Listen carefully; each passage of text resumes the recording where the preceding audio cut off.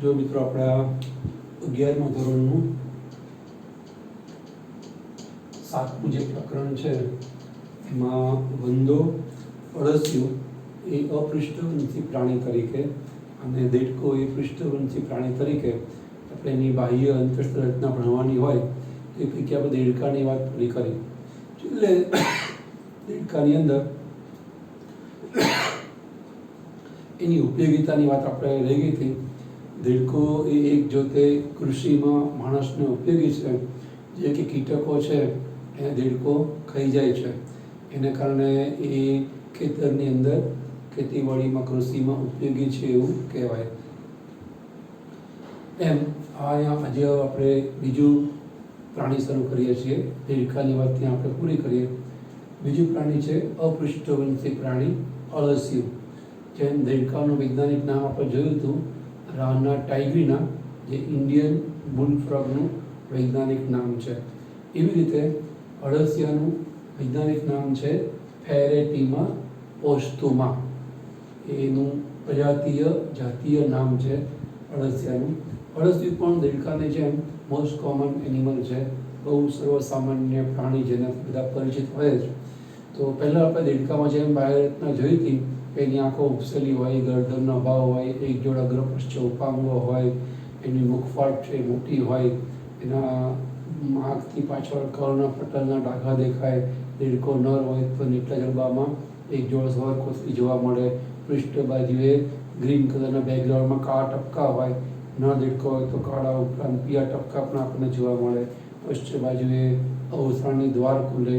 અગ્ર ઉપાંગમાં 4 છૂટી આંગળી હોય તો પશ્ચ ઉપાંગમાં 5 જોડાયેલી આંગળી હોય. એવી રીતે જે દેડકાની બાહ્ય રચના છે, પહેલાં આપણે અળસિયાની પણ થોડી બાહ્ય રચના જોઈએ. આમ આપણે મેં કીધું એમ અળસિયાને જોયેલું છે નળાકાર એવું પ્રાણી, ઈયળની જેમ આવી રીતે સંકોચન વિસ્તરણથી એ પ્રચલન કરે છે. એ આપણે જોયેલું છે. એનો રંગ પણ આપણને ખબર છે, બદામી કે ઘેરો બદામી એ જનરલી અળસિયાનો જોવા મળતો શરીરનો રંગ છે.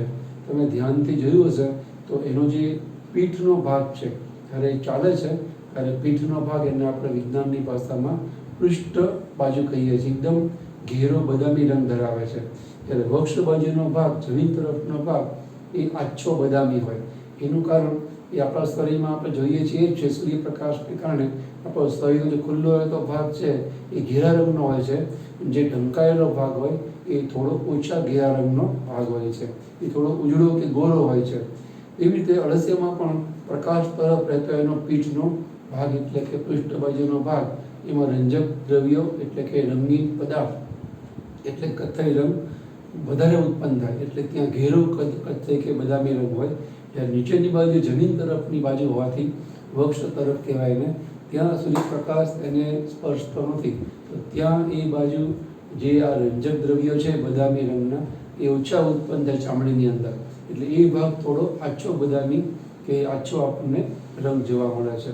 તો આવી રીતે એ અળસિયું આપણે બધાએ જોયેલું જ છે. એમ આવું પણ કદાચ કોઈ કે માર્કિંગ કર્યું હોય, આવું પણ કોઈ અવલોકન કર્યું હોય. એ સિવાય આપણે અળસિયામાં જોવા મળતા બીજા કેટલાક એના ભાગો છે એની વાત કરીએ, પછી એના વિવિધ તંત્રો છે એની વાત કરીશું. તો અળસિયાની અંદર ખાસ તો હું તમને જે કંઈ એની રચનાઓ બાહ્ય અને અંતર સમજાવે એની પહેલાં એક વસ્તુ યાદ રાખવાની કે આપણે અળસિયાની અંદર જે સમજવાનું છે એમાં એના ખંડો સમજવાના છે, એના શરીરના ખંડો. અળસિયાની અંદર ખંડમય શરીર છે. એ ચોથા પાઠમાં આપણે સમજેલા હોય કે અળસિયું છે ને એ સમખંડતા દર્શાવતું પ્રાણી છે. સમખંડતા એટલે શું કે જેના દરેક ખંડમાં રચના સરખી છે, એટલે કે દરેક ખંડમાં લગભગ દરેક તંત્રનો ભાગ રહેલો છે એવું કહી શકાય. એટલે અળસિયામાં આપણને મેટામોર્ફોસિસ દેડકામાં જોવા મળે, જેના રૂપાંતર કહીએ છીએ. અહીંયા આપણને જોવા મળે છે એને કહેવાય સમખંડતા. તો અળસિયાની અંદર જે કે રચનાઓ છે એ આ ખંડમાં આ રચના જોવા મળે, તો આ ખંડમાં આ રચના જોવા મળે, આ રચના આ ખંડથી આ નંબરના ખંડ સુધી જોવા મળે, આવું આવે રાખશે. એનો મતલબ કે અળસિયું યાદ રાખવામાં તમારે એના ખંડો છે એ ખાસ યાદ રાખવા પડશે. તો બાહ્ય રચના જોઈએ આપણે તો અળસિયાની જે બાહ્ય રચના છે એમાં એનું શરીર નળાકાર સમખંડ દર્શાવતું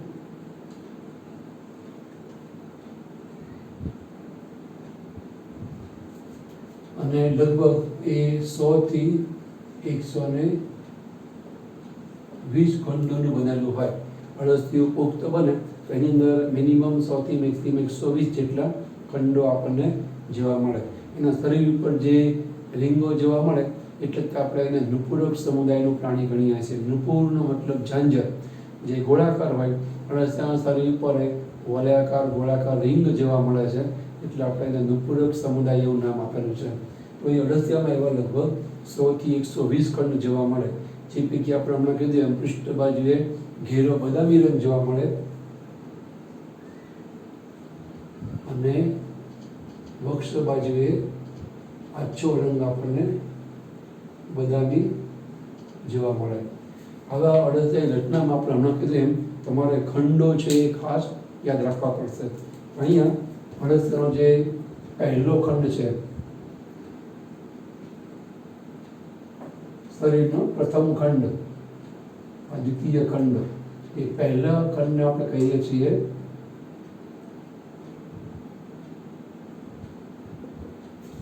પરિતુંડ. એનો મતલબ કે એની અંદર હવે એનું મોઢું આવેલું છે. એટલે એ પહેલા ખંડમાં આવી રીતે કુદરતે એને મુખ ફાટ આપેલી હોય. અહીંયા આવી છાજલી જેવો ભાગ જોવા મળે. છાજલી જેવા ભાગને આપણે કહીએ છીએ મુખાગ્ર. છીની છાજલી જેવો ભાગ પહેલા ખંડમાં જોવા મળે તો એ ભાગને કહેવાય મુખાગ્ર. ત્યાંથી અળસિયું છે એનો મુખ્ય ખોરાક એ ધૂળ, જમીન છે. એ જમીનને આનાથી ટુકડાઓ કરી એના મોઢામાં મૂકી શકાય એટલા કદના ટુકડાઓ કરી અને એને મોઢામાં મૂકી શકે, મોઢામાં પકડાઈ શકે, પધરાવે છે. તો એના માટે આ છીણી જેવો ભાગ છે એ એકદમ કડક હોય, જેનાથી થોડો એ માટીનો ભાગ તોડવામાં એને કામ લાગે. તો એ પહેલા ખંડમાં મુખાગ્ર અને પહેલો ખંડ પરિતુંડ કહેવાય. આ એની મુખફાટ કહેવાય. અહીંથી એનું મુખ કહેવાય. અહીંથી એ ખોરાક છે એ ગ્રહણ કરે. બરાબર. એના પછી 2, 3, 4, 5, 6, 7, 8, 9, 10, 11, 12, 13, 14 ને 15 ખંડો છે.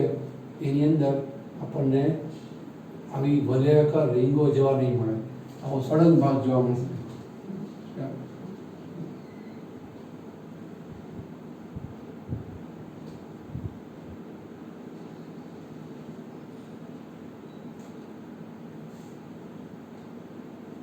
13, 14 વાળા ભાગમાં રીંગો જોવા નહીં મળે. 3, 4, 5, 6, 7, 8, 9, 10, 12 અને 13 થી 15. એની અંદર આવો ચામડીનો જાડો ભાગ જોવા મળે. એમાં ફરતી જાડી ચામડીની રીંગ જોવા મળે. એને આપણે કહીએ છીએ વલયિકા. એના પછી 16, 17, 18 પછી આગળ આપણે તૂટકન બતાવીએ. મતલબ કે 19 અહીંયા આપણે બતાવીએ છીએ 25, 26 થી આપણે કીધું એમ 100, 120 ખંડો અળસિયામાં હોય. અને બધા ખંડોની વચ્ચે આવી રીતે આપણને પડદો જોવા મળે. એને આંતરખંડીય વિટપ તરીકે આપણે ઓળખીએ છીએ. વિટપ અથવા તો આંતરખંડીય વિટપ પણ કહેવાય. એવા વિટપો એ આપણને જ્યાં વલયિકાવાળો વિસ્તાર છે ત્યાં જોવા નહીં મળે.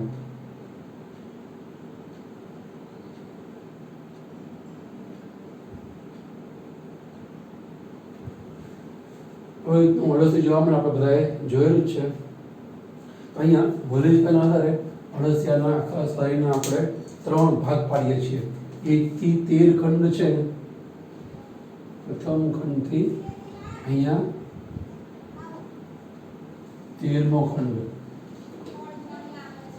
એને આપણે કહીએ છીએ પૂર્વ વલયિકા વિસ્તાર. વલયિકાની પહેલાનો પૂર્વ એટલે જે શરીરનો વિસ્તાર કે ભાગ છે એને કહેવાય પૂર્વ વલયિકા વિસ્તાર. આ જે ભાગ છે 13, 14 ને 15 એને કહેવાય વલયિકા વિસ્તાર અથવા વલયિકા પ્રદેશ. અને અહીંથી જે 16મો ખંડ છે એ 16મો ખંડ ત્યારે શરૂ કરી આગળનો વિસ્તારને કહેવાય પશ્ચ વલયિકા,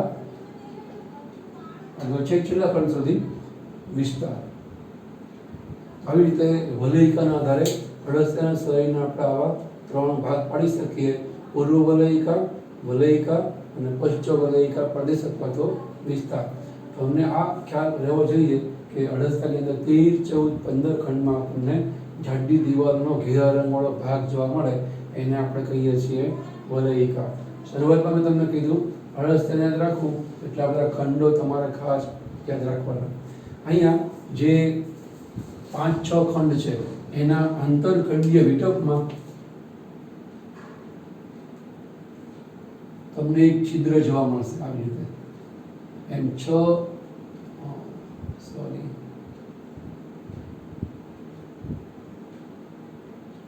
5-6 ખંડના આંતરવિટપ 6, 7, 7, 8 અને 8, 9. અહીંયા પણ તમને એવા છિદ્રો જોવા મળશે. અળસિયાની વક્ષ સપાટી તમને આવા 4 જોડ છિદ્રો જોવા મળશે 5 થી 9 ખંડની વચ્ચે. દરેક 2 ખંડની વચ્ચે 5, 6, 6, 7, 7, 8 અને 8, 9 ખંડની વચ્ચે પાર્શ્વ બાજુએ આવા છિદ્રો જોવા મળશે. એ છિદ્રોને કહેવાય શુક્ર સંગ્રહાશયના છિદ્રો. આની અંદરની બાજુએ શુક્રકોષનો સંગ્રહ કરતી કોથળી હોય. તમને સમજાય એટલે અંદરની બાજુ છે એટલે આપણે અહીંયા છૂટક લાઈન બતાવી છે આવી રીતે. શુક્ર સંગ્રહાશય કોથળી છે, શરીરની અંદર હોય, એ બહાર આવા છિદ્ર દ્વારા ખુલે. તો અળસિયાની અંદર આવી રીતે 4 જોડ 8 શુક્ર સંગ્રહાશયો હોય અને એના શુક્ર સંગ્રહાશય છિદ્રો એ આવી રીતે 5 થી 9 ખંડની વચ્ચે ખુલતા આપણને અળસિયામાં જોવા મળે. એ સિવાય તમે જ્યારે વલયિકા વિસ્તારમાં જાઓ ત્યારે અહીંયા 14મા ખંડમાં 13, 14 ને 15 પૈકી 14મા ખંડમાં તમને એક છિદ્ર જોવા મળે મધ્યમાં. એને કહેવાય માદા જનન છિદ્ર. જે અળસિયું છે એની અંદર જે માદા જનન છિદ્ર છે જેમાંથી અંડકોષનો સ્ત્રાવ થવાનો હોય એ છિદ્ર અહીંયા 14મા ખંડમાં આપણને વચ્ચોવચ્ચ જોવા મળે. એક જ હોય, તેને કહેવાય માદા જનન છિદ્ર. એવી રીતના જે આ અળસિયાનો 18મો ખંડ છે, અહીંયા અમારા ખ્યાલથી 13 ખંડ 14, 15, 16માં આપણને વલયિકા જોવા મળશે. 13મો ખંડ પણ આવી જશે.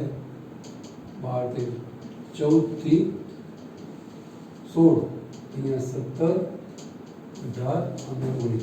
તો એ પૈકી 14મા ખંડમાં આપણને માદા જનન છિદ્ર જોવા મળશે. 1 થી 13 ખંડ છે, એમાં 13 લખ્યું છે, એ ભૂલથી આપણે 12 લખ્યું હતું.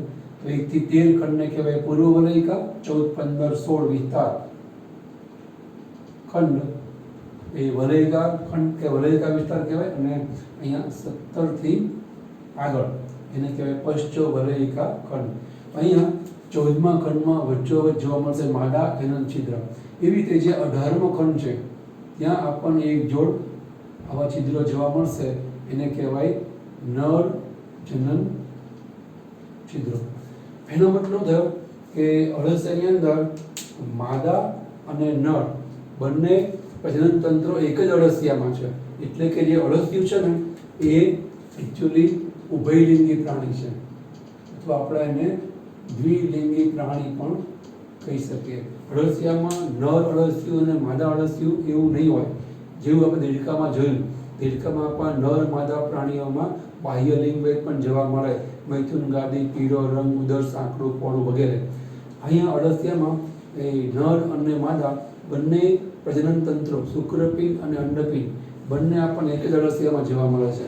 અળસિયું છે એને આપણે ઉભયલિંગી કે દ્વિલિંગી કહી શકીએ. એની સહી રચનાના છિદ્રો ઉપરથી આપણને ખ્યાલ આવે છે કે એમાં માદા પ્રજનન તંત્ર એ માદા જનન છિદ્ર મારફતે હાજર છે અને નર પ્રજનન તંત્રના નર જનન છિદ્રો પણ હાજર છે. એના ઉપરથી કહી શકીએ કે અળસિયું છે એ ઉભયલિંગી પ્રાણી છે. એના પછી અહીંયા આપણને ટપકા જોવા મળશે આ રીતે. 17મા ખંડની અંદર એક જોડ અને એવી રીતે 18મા ખંડની અંદર એક જોડ, એને કહેવાય નર સહાયક પ્રજનન ગ્રંથિ. સહાયક પ્રજનન ગ્રંથિ છે એ પ્રજનનની ક્રિયામાં સહાય કરે એવી એક જોડ આપણા 17 અને 19મા ખંડમાં જોવા મળે, એને કહેવાય સહાયક પ્રજનન ગ્રંથિઓ. એ સિવાય પહેલો ખંડ, છેલ્લો ખંડ જે પણ હોય જેટલામાં નંબરનો, અને વલયિકા વિસ્તાર 14, 15 અને 16 એને બાદ કરતા દરેક ખંડમાં આપણને વજ્રકેશ જોવા મળે. દરેક ખંડમાં આપણને વજ્રકેશ જોવા મળે. આ વજ્રકેશ છે એને પ્રચલનમાં ઉપયોગી છે.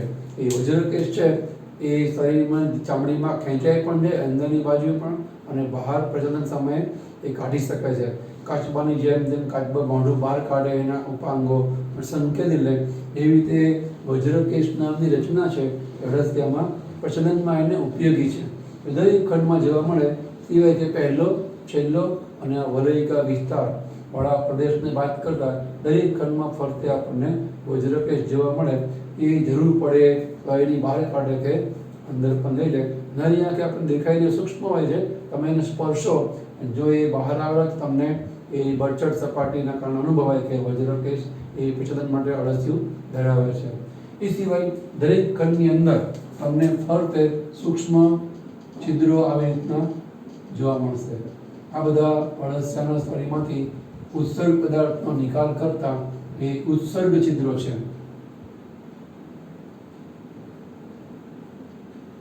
ઉત્સર્ગ છિદ્રો દરેક ખંડમાં આપણને એવા ઉત્સર્ગ છિદ્રો પણ જોવા મળશે. એ પણ પહેલા છેલ્લા ને વલયિકાવાળા ખંડને બાદ કરતા આપણને આવા ઉત્સર્ગ છિદ્રો છે જોવા મળશે. તો કંઈક આવી રીતના આપણને અળસિયાની બાહ્ય રચના છે એ જોવા મળશે. બધાને ખ્યાલ આવી ગયો હશે માનું છું કે અળસિયાની બાહ્ય રચનામાં આપણને આટલું આવડે એટલે ઘણું. તમને જે અળસિયાની બાહ્ય રચના આખો દિશા સમજાવો, તમારે આટલું છે એ સમજાવવાનું.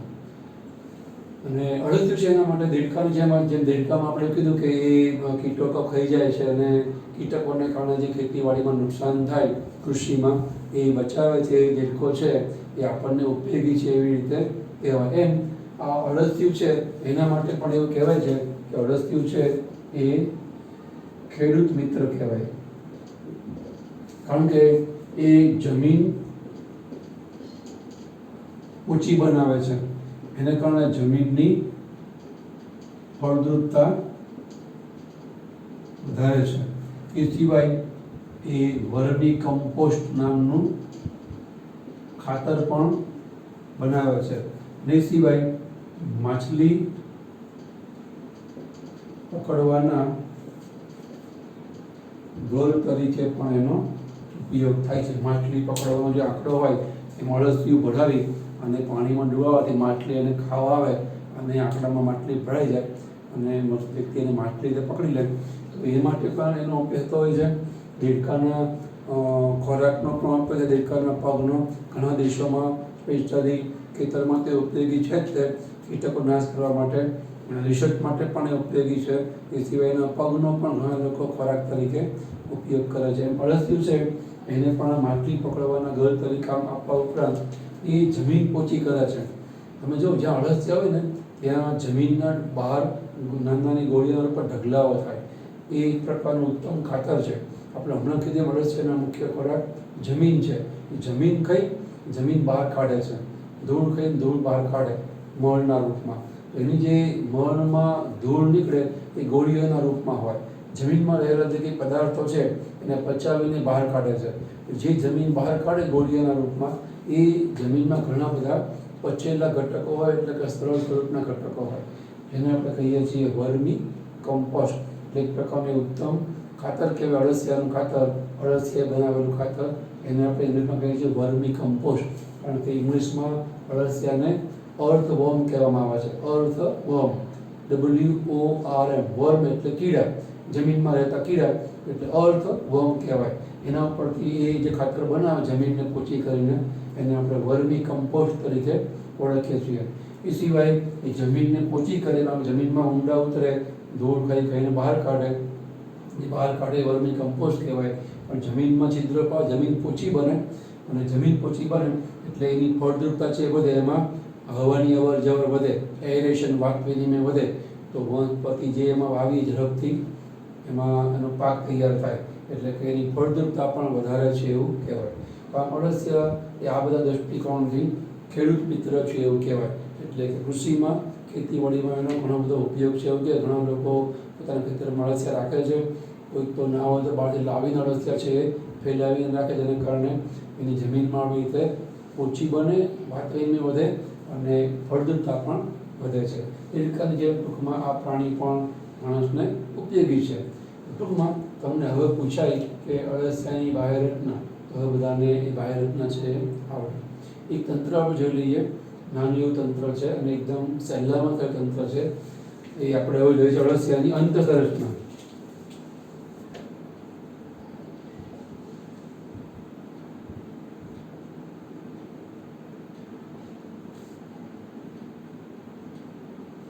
એમાં આપણે પહેલું જોઈએ છીએ પાચન તંત્ર.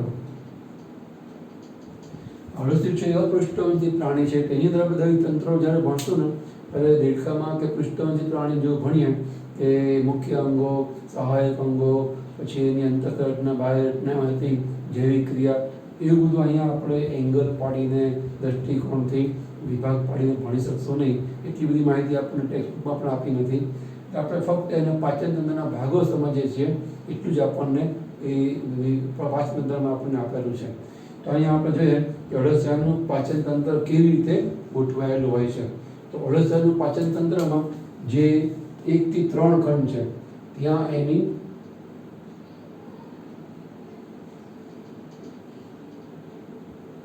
મુખ ગુહા રહેલી હોય. અળસિયાને કુદરતે જમીનને ખાવા માટે કોઈ અંગો નથી આપ્યા. દેડકામાં તો લાંબી જીભ આપી છે, જે અગ્ર છેડે જોડાયેલી અને પછ છેડે મુક્ત છે. એટલે આખી જીભની લંબાઈનો ઉપયોગ કરી શકે દેડકો, ઉથલાવીને બહાર કાઢી જીભને પકડવા માટે એનો ઉપયોગ કરે છે. દેડકાને તો કુદરતે એ વ્યવસ્થા આપી છે. અળસિયાને એ શિકાર માટે એના માટે ધૂળ ખોરાકને પકડવા માટે કોઈ અંગો નથી આપ્યા. એટલે કુદરતે વ્યવસ્થા એ આપી છે કે જે એની આ મુખ ગુહા છે, એ મુખ ગુહા અહીંયા એવી પ્રકારના સ્નાયુઓ વડે જોડાયેલી હોય કે જેને કારણે એની આખી મુખ ગુહા છે એ ઉથલાવીને બહાર કાઢી શકે અને જમીનને ધૂળના કણને પકડી પાછી અંદર આવી શકે, એ બહાર જઈ શકે એના માટેના સ્નાયુઓ છે. આ જે મુખ ગુહાની દિવાલ છે, શરૂઆતનો પાચન માર્ગનો ભાગ 1 થી 3 ખંડનો, એને કે મુખ ગુહા, એ સ્નાયુઓને કારણે ઉથલાવીને આખી બહાર કાઢી શકે અને ખોરાક લઈને પાછો એ ભાગ અંદર આવી શકે. એવી રીતે અળસિયું છે એ ખોરાક ગ્રહણ કરે છે. પોતાની આવી રીતે મુખ ગુહા ઉથલાવીને બહાર કાઢે છે. જેમ દેડકો પોતાની જીભ ઉથલાવીને બહાર કાઢે છે, એમાં મુખ ગુહાનો ખોરાક પકડવા માટે ઉપયોગ થાય છે. પ્રથમ ખંડ પરિતૃણનો આ મુખાગ્ર છે એ ઝીણો ભૂકો કરે જમીનના કણો બને નાના, એના કારણે અહીંથી પકડી શકાય, મોઢામાં એને લઈ શકાય, સાઈડમાં એને ફેરવે છે. તો આ 1 થી 3 ખંડની એની મુખ ગુહા. એના પછી જે ચોથો ખંડ છે એ ખંડમાં આપણે જોઈએ છે કે એક જ ખંડની એવી ટૂંકી કંઠનળી આપણને જોવા મળે. એના પછી 5, 6 ને 7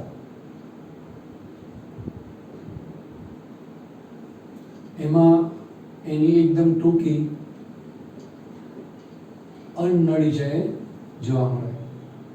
5, 6 ને 7 ખંડમાં 3 ખંડમાં અન્નનળી હોય. જે 8મો ખંડ છે ને ત્યાં આવો ગોળાકાર ભાગ હોય.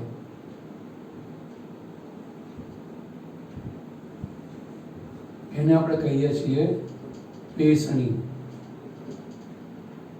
અળસિયું છે એ દેડકાની જેમ ખોરાક ચાવતું નથી, એટલે કે જે ધૂળ છે એ સીધું મોઢા પધરાવીને આગળ એને અજગરની જેમ પસાર કરે છે. એને ચાવવાનો ક્યાંય પાચન તંત્રમાં સ્કોપ, ચાન્સ અથવા સગવડ નથી. કુદરતે એને 8મા ખંડમાં પેસણી આપી છે. તમે પેસણીનો આમ છેદ લો ને આડો, તમને પેસણીમાં આવું જોવા મળે. તમે છેદ લો તો છેદમાં ગોળ પેસણીમાં અંદરની બાજુએ તમને આવા 6 દાંત જેવા ભાગો જોવા મળે. અને એ દાંત જેવા ભાગો છે એની ઉપર અહીંયા એ કાઇટિનના સખત દાંત છે, આવી રીતે કડક ભાગ હોય, એનામાં ધૂળ પસાર થાય ત્યારે આ કાઇટિનના 6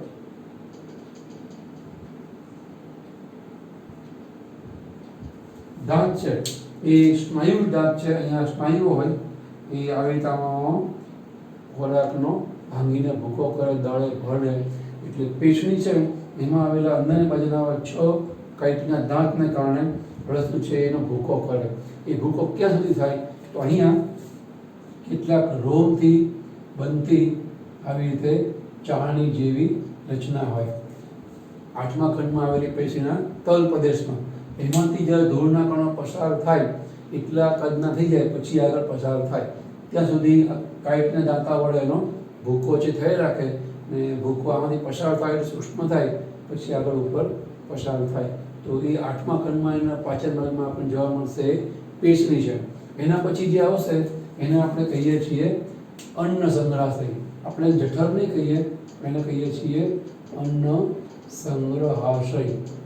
એમાં એ ધૂળનું પાચન, ધૂળમાં રહેલા જે યુમિક એસિડ છે એનું અહીંયા પાચન થાય. એના માટેના ઉત્સેચકો પણ અહીંથી સ્ત્રાવ પામે, એનું પાચન કરી યુમિક એસિડનું તટસ્થીકરણ થાય. ટૂંકમાં એ આ અન્ન સંગ્રહાશય. એના પછી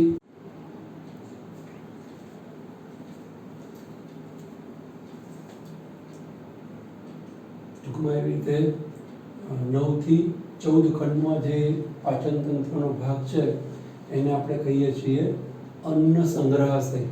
ઉચ્ચ પ્રાણીઓમાં આપણે જઠર નામ આપીએ છીએ, દેડકામાં આપણે જઠર નામ આપેલું. એના 2 ભાગ પાડેલા તમને હશે જ, હૃદયગામી જઠર અને નિજઠર.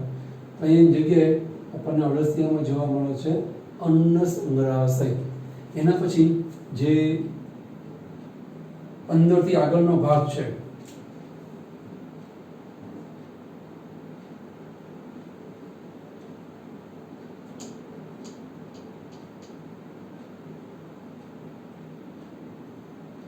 એ હવે અળસિયાનું આંતરડું છે.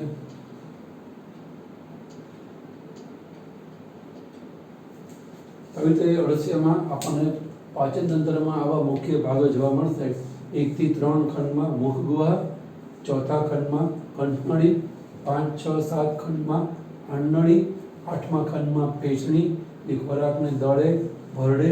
એના પછી 9 થી 14 ખંડ સુધી એનું જઠર અથવા અન્ન સંગ્રહાશય, અને 15મા ખંડથી છેલ્લા ખંડ સુધી આપણને મોટું આંતરડું જોવા મળે. આમ જોવા જાવ તો આ એનું મુખ્ય પાચન માર્ગ કહેવાય, આ એની મુખ્ય પાચન અંગોની રચના કહેવાય. આપણી જેમ કે દેડકાની જેમ એની અંદર સહાયક ઉત્પાચક ગ્રંથિ, જેને આપણે દેડકામાં નામ આપેલું યકૃત અને સ્વાદુપિંડ, જે અનુક્રમે પિત્તરસ અને પાચક સ્વાદુરસ જેવા પાચક રસો ઉત્પન્ન કરે. અહીંયા આપણને એવું જોવા નહીં મળે, પણ એના જીવ પ્રાથમિક કક્ષાનું આપણને રચનાકીય અંગ કે રચના જોવા મળે છે એ એના 26મા ખંડમાં જોવા મળે છે. એનો પાચન તંત્રનો જે 26મો ખંડ છે ને એની અંદર અહીંયા એક આવી રચના આપણને જોવા મળે, જેના પર નામ આપીએ છીએ અધ્યાંત્ર.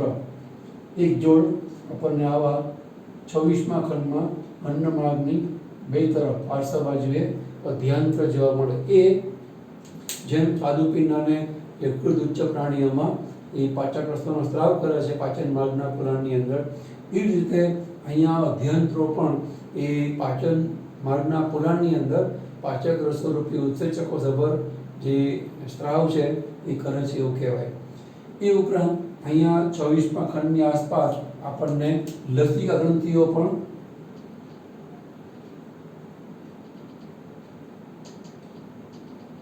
જોવા મળશે, જેને કહેવાય લસિકા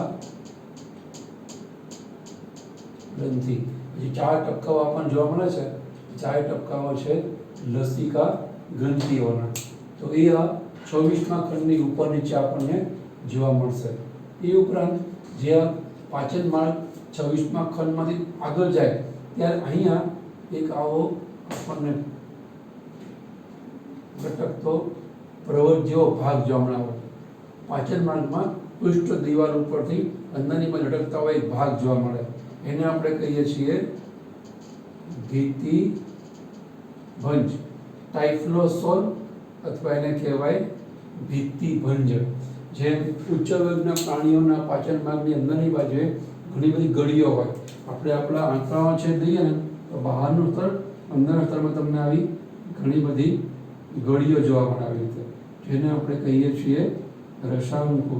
અને એ રસાંકુને લઈ અને જે અંદરની દિવાલ છે એ ઘણું બધું મોટું ક્ષેત્રફળ એ પાચન માટે અને પચેલા ઘટકોને શોષણ માટે પૂરું પાડે છે. અંદર પર પુષ્કળ ગળીઓયુક્ત હોય. એ ગળીઓયુક્ત હોવાના કારણે વિશાળ સપાટી મળી રહે પાચન અને શોષણ માટે. તો અહીંયા અળસિયામાં એવી રીતે ઘણી બધી ગળીઓ રૂપી રસાંકુરો જોવા નહીં મળે. એને ઇંગ્લિશમાં આપણે વિલાઈ કહીએ છીએ, પણ એના બદલે એક ગળી આપણને જોવા મળે. પાચન માર્ગની પૃષ્ઠ સપાટીમાં અંદરની તરફ એક ગળી હોય, એને કહેવાય ભિત્તિભંજ. 26મા ખંડથી ભિત્તિભંજ લગભગ છે 95મા ખંડ સુધી જોવા મળે. ભિત્તિભંજ છે એ 26મા ખંડથી 95મા ખંડ સુધી આપણને જોવા મળે. પછી 96 ખંડથી જે આગળ જેટલા પણ ખંડો હોય એમાં આપણને હવે ભિત્તિભંજ જોવા નહીં મળે. તો ભિત્તિભંજના આધારે પણ વલયિકાની જેમ આપણે નવો પાચન માર્ગ છે ને એ 3 ભાગમાં વહેંચી શકીએ. 1 થી 25 ખંડ જેમાં ભિત્તિભંજ ના હોય તેને કહેવાય પૂર્વ ભિત્તિભંજ વિસ્તાર. પછી 26 થી 95 એ ભિત્તિભંજ વિસ્તાર. 96 થી જે પણ છેલ્લો ખંડ હોય એ 100 હોય કે 120મો ખંડ જેટલા પણ ખંડ હોય એને કહેવાય પશ્ચ ભિત્તિભંજ વિસ્તાર. સેમ વલયિકાની જેમ જ તે વલયિકાની પહેલા પૂર્વ વલયિકા વિસ્તાર, વલયિકા વિસ્તાર અને પશ્ચ વલયિકા વિસ્તાર.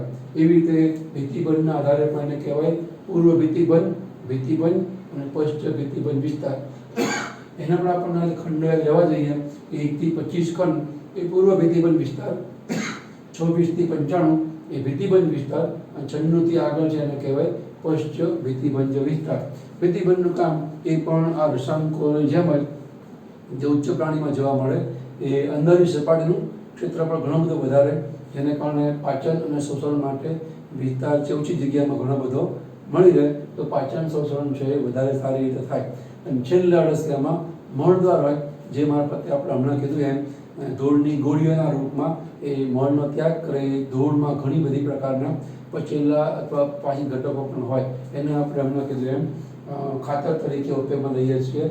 એને વર્મી કમ્પોસ્ટ પણ કહેવાય. થોડું એના પાચન માર્ગમાં અવશ્ય આપણે રાખવાનું. આપણે હમણાં કીધું એમ ખાસ તો ખંડો યાદ રહેવા જોઈએ. કયા ખંડમાં પાચન માર્ગનો કયો ભાગ રહેલો છે. ફરી એકવાર આપણે રિપીટ કરીએ. 1 થી 3 ખંડમાં મુગવા, 4થા ખંડમાં કંઠનળી, 5, 6, 7માં અન્નળી, 8મા ખંડમાં પેશણી, 9 થી 14 ખંડમાં અન્ન સંગ્રહાશય અને 15મા ખંડથી આગળ આપણને જોવા મળે એને કહેવાય આંતરડું. એમાંય જે 26મો ખંડ છે તે એક જોડ આવી રીતે અધ્યાંતરો ઉત્પન્ન થાય. પછી 26મા ખંડની આગળ પાછળ 2 જોડ લસી ગ્રંથિ રહેલી હોય અને એ 26મા ખંડમાં તે અંદરની બાજુ લટકતો પ્રવર્ધ હોય પાચન માર્ગમાં પુરાણમાં પૃષ્ઠ દિવાલમાંથી. એને આપણે કહીએ છીએ ભિત્તિભંજ વિસ્તાર. એ 26મા ખંડથી 95મા ખંડ સુધી હોય. એના આધારે આપણે એના પાચન માર્ગના 3 ભાગ પાડીએ છીએ: પૂર્વ ભિત્તિભંજ, ભિત્તિભંજ અને પશ્ચ ભિત્તિભંજ વિસ્તાર. બસ આટલું તમને આવડે એટલે તમને અળસિયાની બાહ્ય રચના અને એની અંદર જે આ પાચન માર્ગ છે એ આવડતું કહેવાય. હવે એના પછી એનું ઉત્સર્જન તંત્ર, ચેતાતંત્ર વગેરે એ આપણે હવે નેક્સ્ટ લેક્ચરમાં જોઈશું. આની તમે આખું દોરી અને લેબલિંગ કરવા માટે, નામ લખવા માટે ટ્રાય કરો. જોયા વગર તો તમને આ અળસિયું છે પણ આરામથી આવડી જશે. એને લગતા બોર્ડના પ્રશ્નો, ડિસ્ક્રિપ્ટિવ અને જે નીટના MCQ છે પણ તમને સોલ્વ કરતા આવડશે. આજે તો રાખીએ. આગલા લેક્ચરમાં આપણે બીજા તંત્રોની વાત કરીશું.